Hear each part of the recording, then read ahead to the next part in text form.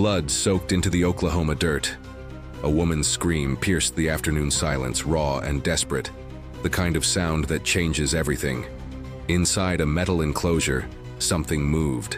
Massive, orange and black, eyes locked on prey. But this wasn't the wild. This was a backyard, and the prey wasn't supposed to be human. Ryan Easley lay crumpled on the ground, his body broken, his dream shattered. The tiger he loved, the animal he raised, the creature he swore he understood stood over him, breathing, watching, waiting. This is the story of the moment when trust became terror, when passion became fatal, and when a man learned too late that some bonds are written in blood. There's a strange thing about obsession. It whispers softly at first. It promises you something nobody else has. A connection, a purpose, a reason to wake up every morning. For some people, that obsession is art. For others, it's fame or money. But for Ryan Easley, it was something far more dangerous. It had teeth. It had claws. It had instincts carved by millions of years of evolution. Ryan didn't just love big cats. He believed he could live among them, speak their language, earn their respect. He thought he was different, special, chosen. He was wrong. Ryan Easley wasn't born into the world of exotic animals. He grew up ordinary, just another kid in rural Oklahoma where the land stretched flat and endless, where Friday nights meant football games and Saturday mornings smelled like fresh-cut grass. But Ryan always felt different. While other kids played video games, Ryan watched nature documentaries. While they dreamed of fast cars, he dreamed of jungles, of roaring predators, of walking alongside creatures that made grown men tremble. By his 20s, Ryan had made a decision that would define, and ultimately end, his life. He would own big cats, not as trophies, not as status symbols, but as family. He started small, researching, reading everything he could find about tigers, lions, leopards. He joined online forums, connected with other exotic animal owners, learned the language of permits and enclosures and feeding schedules. His friends thought he was crazy, his family worried, but Ryan didn't care. This was his calling. He bought his first tiger in his late 20s, a cub small enough to cradle in his arms with eyes like amber coins and a purr that rumbled through his chest. He named her Sasha. She was beautiful, playful, and for a while everything seemed perfect. Ryan would post videos online, showing himself bottle feeding her, wrestling with her, letting her lick his face with her sandpaper tongue. People loved it. The comments poured in. "You're living the dream, man. I wish I could do that. You have such a special bond." Ryan believed them. He believed he was special, that he had a gift. Over the years, his collection grew. More tigers, a lion, each one with a name, a personality, a place in his heart. He built enclosures in his backyard, metal fencing reinforced with concrete posts. He followed the laws, mostly. He got the permits he needed, some of them. But laws were made by people who didn't understand, Ryan thought. They didn't know what it was like to look into a tiger's eyes and see recognition, respect, love. His days became rituals. Wake up at dawn. Prepare the meat. Hundreds of pounds of chicken, beef, sometimes whole deer carcasses. Haul it to the enclosures. Watch them eat, their powerful jaws crunching through bone like crackers. Clean the pens, check the water, repair the fencing. Talk to them, always talk to them. "Good morning, girl. You hungry, boy? I got you. I'm here." Ryan's whole life revolved around these animals. His relationships suffered. Friends stopped calling. His family kept their distance, but Ryan didn't mind. He had everything he needed right here behind these fences. Tigers are not pets. Let's be clear about that. A fully grown Bengal tiger weighs up to 550 pounds, more than 3 grown men combined. Their canine teeth are 3 inches long, designed to pierce through skulls and spines. Their paws are the size of dinner plates, each one equipped with claws that can disembowel prey in a single swipe. They can leap 30 feet in a single bound. They can run 40 miles per hour. They are apex predators, engineered by nature to kill. In the wild, tigers are solitary hunters. They don't form packs, they don't seek companionship.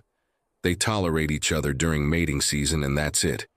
A tiger raised in captivity, bottle-fed, hand-raised, seemingly tame, is still a tiger. The instincts don't disappear, they just sleep, waiting for the right trigger.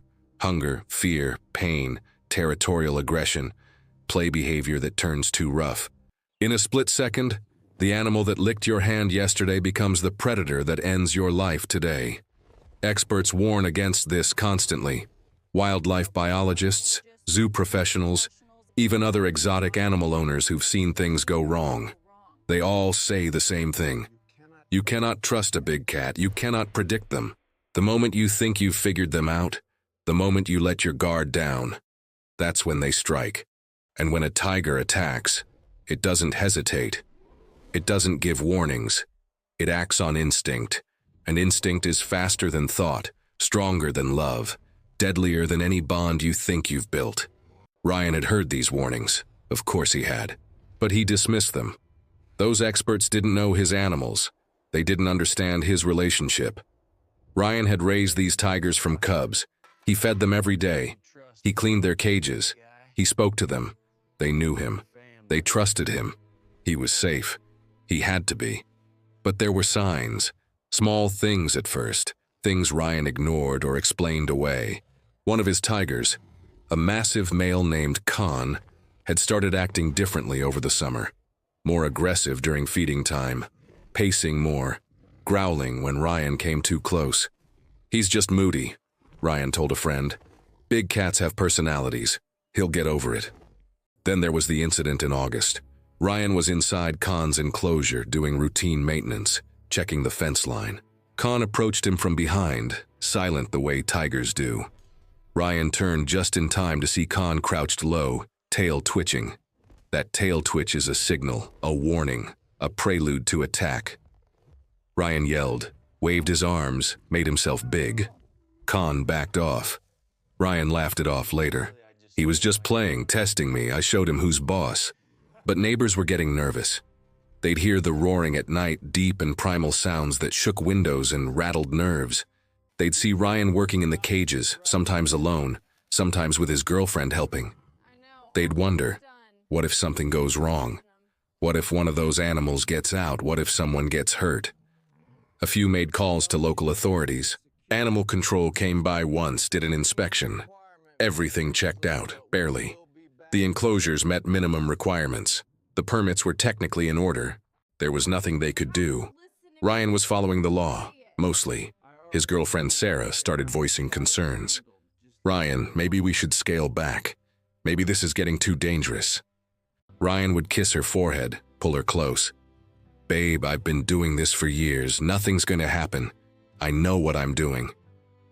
But deep down, in a place he wouldn't admit even to himself, Ryan was starting to feel it too. That shift, that tension. The way Khan looked at him now, not with affection but with calculation. The way the tiger's eyes followed him across the enclosure, unblinking, patient, hungry. September in Oklahoma is still hot. The kind of heat that sits on your chest and makes every movement feel heavy. September 14th, 2025. Started like any other day for Ryan Easley. He woke up around 6 a.m., kissed Sarah goodbye as she left for work.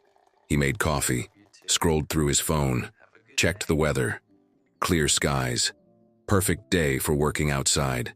He pulled on his boots, grabbed his gloves, and headed out to the enclosures. The morning feeding went fine. All the cats ate. Khan seemed calm, even friendly. Ryan tossed him an extra piece of meat, watched him catch it mid-air with those massive jaws. Good boy, Ryan said.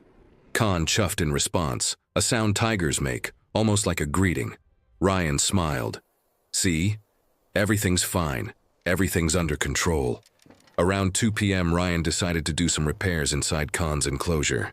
One of the water troughs had a leak, needed fixing. Simple job, 20 minutes tops. He'd done it 100 times before. He checked the secondary gate, made sure it was locked. He grabbed his tools. He entered the enclosure. Khan was lying in the shade, eyes half closed, looking lazy and content. Ryan relaxed. This would be quick. He knelt by the water trough, started working. The metal was hot under his hands. Sweat dripped down his back. He unscrewed a bolt, then another. Behind him, Khan stood up. Ryan didn't notice. Not at first. He was focused on the trough, on getting the job done. Khan moved closer, silent. Paws like pillows on the dirt, no sound, no warning, just movement, purposeful, predatory. Ryan felt it a second too late. The shift in the air, the shadow falling over him. He started to turn. Khan, what? The tiger hit him like a freight train. 550 pounds of muscle and fury, jaws clamping down on Ryan's shoulder, teeth punching through skin and bone like it was paper. Ryan screamed, a sound he'd never made before, high and desperate and animal. He tried to fight back, swinging his arms, but it was useless. Khan was too strong, too fast, too focused. The tiger dragged him across the enclosure. Ryan's boots scraped through the dirt, leaving twin trails of disturbed earth. Blood soaked his shirt, hot and sticky. The pain was unimaginable, blinding, electric, consuming everything. Khan shook him like a rag doll, the way a cat shakes a mouse. Ryan felt ribs crack, felt his shoulders separate, tasted copper in his mouth. He tried to scream again, but his lungs wouldn't fill. All he could manage was a wheeze, a pathetic gasp for air that wouldn't come. And through it all, Khan's eyes stayed fixed on him. Not angry, not emotional, just focused. This wasn't revenge, this wasn't rage, this was instinct, this was nature. This was a predator doing what predators do. Sarah came home early. She'd forgotten her laptop, needed it for a meeting. She pulled into the driveway, grabbed her keys, walked toward the house. That's when she heard it, a sound that stopped her cold, growling, deep and sustained, coming from the backyard. And under it, something else, weaker, human, moaning. She ran, dropped her purse, didn't even close the car door, just ran toward the sound. She rounded the corner and saw it. Khan standing over Ryan's body. Ryan wasn't moving. Blood everywhere. On the ground. On Khan's muzzle. Soaked into Ryan's clothes. Sarah screamed, the kind of scream that comes from somewhere primal, somewhere beyond thought. She grabbed her phone, dialed 911, hands shaking so badly she almost dropped it. 911, what's your emergency? My boyfriend, Tiger, attacked. He's not moving. Oh God, there's so much blood. Please send someone. The dispatcher stayed calm, asked for the address, kept Sarah on the line. Ma'am, I need you to stay back from the animal. Do not approach. Help is on the way. Within minutes, sirens filled the air. Sheriff's deputies arrived first, followed by paramedics, then animal control. They stood at the fence, looking in at the scene. Khan had moved away from Ryan's body, was pacing along the far wall of the enclosure. Ryan lay crumpled in the center, not moving. One deputy radioed for backup. We need a rifle. We can't get to the victim while that animal's in there. The decision was made quickly. There was no choice. Khan had to be put down. A deputy with a rifle took position, aimed. Khan turned, looked directly at him. For a moment, time stopped. Then the shot rang out. Khan dropped. One bullet. Clean. Necessary. Terrible. Paramedics rushed in. They worked on Ryan right there in the dirt, starting CPR, checking for vitals, radioing to the hospital. But deep down, they all knew. They'd seen enough. This wasn't a rescue. This was a recovery. Ryan Easley was gone. Killed by the animal he loved.